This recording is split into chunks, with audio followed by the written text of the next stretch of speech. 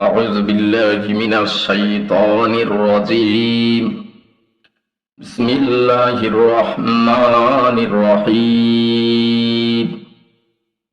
ما كان محمد أبا أحد من رجالكم ولكن رسول الله وخاتم النبيين وكان الله بكل شيء عليما. إن الله وملائكته يصلون على النبي يا أيها الذين آمنوا صلوا عليه وسلموا تسليما. اللهم صل على سيدنا مولانا محمد وعلى آل سيدنا مولانا محمد.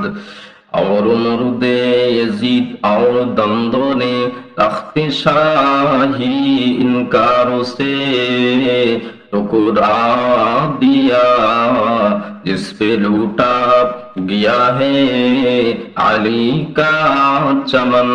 मुझको बादशाही नहीं चाहिए. अल्लाहुम्मा सल्ली अला सय्यिदिना मौलाना मुहम्मद वअला आलि सय्यिदिना मौलाना मुहम्मद. नहमदुहु व नसल्ली अला रसूलिहिल करीम. अम्मा बाद.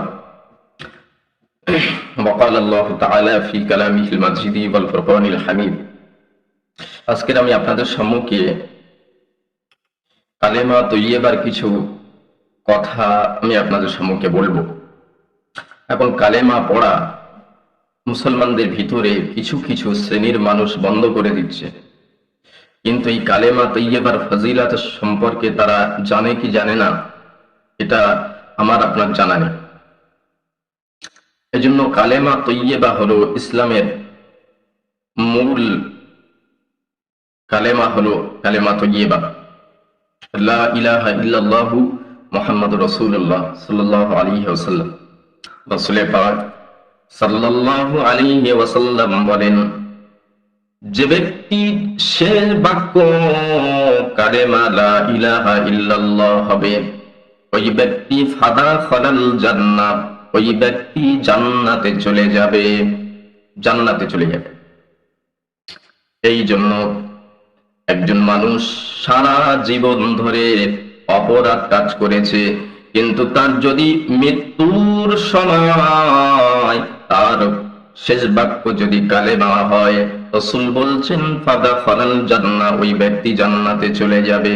আর যদি একজন মানুষ সারা জীবন ভালো কাজ করেছে, সৎ কাজ করেছে, কিন্তু মৃত্যুর সময় যদি ঈমান হারা হয়ে যদি মরে যান, রাসূল বলছেন ওই ব্যক্তি জাহান্নামে চলে যাবে.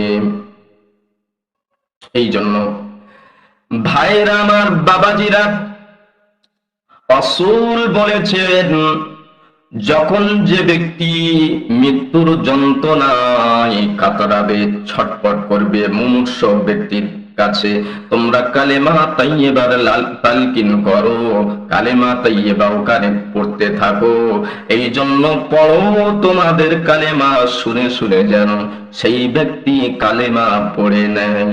তালকিন করো, বেশি বেশি করে কালেমায় তালকিন করো.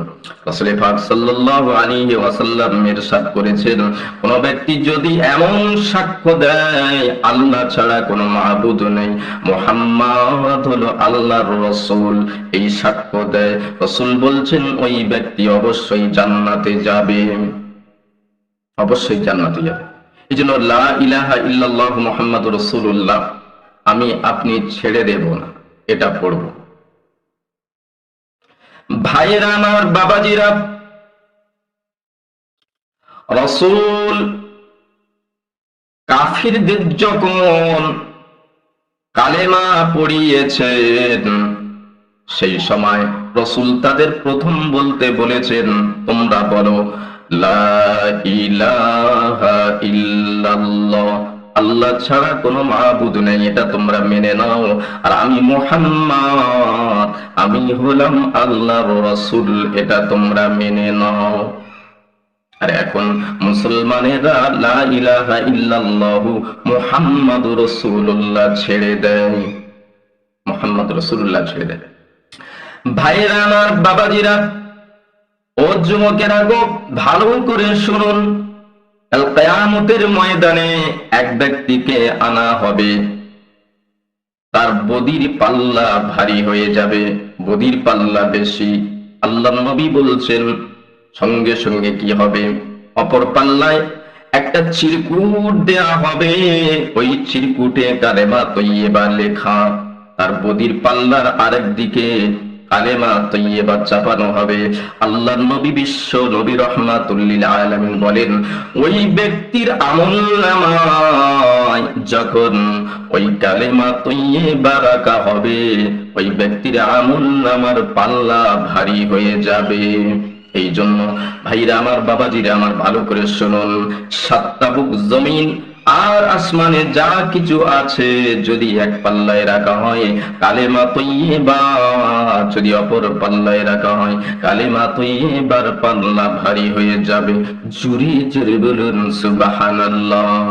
আল্লাহ পাক রব্বুল আলামিন এই কালেমা তৈয়্যিবার উপরে আমার আপনাকে ইস্তেকামাত থাকার তৌফিক দিন।